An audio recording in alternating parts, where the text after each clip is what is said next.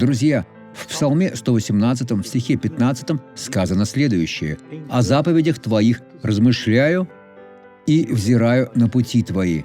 Давайте сейчас изучим это. Если вы не обращаете внимания на заповеди, на уставы, на правила Слова Божьего, вы совершаете большую ошибку.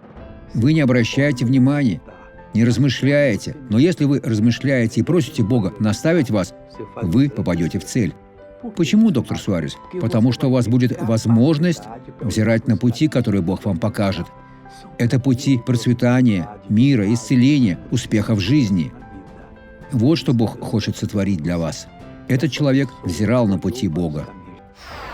С этой стороны, возле позвоночника, здесь. Что там было, сестра? Все прошло, слава Как Богу. долго вы не делали этого? После того, как заразилась коронавирусом. И остались последствия? Да, Теперь последствия прошли. да. Слава Богу! Теперь я хочу помолиться с вами. Отец, я предстал перед Господом во имя Иисуса, чтобы разрушить все зло, что есть в этой жизни.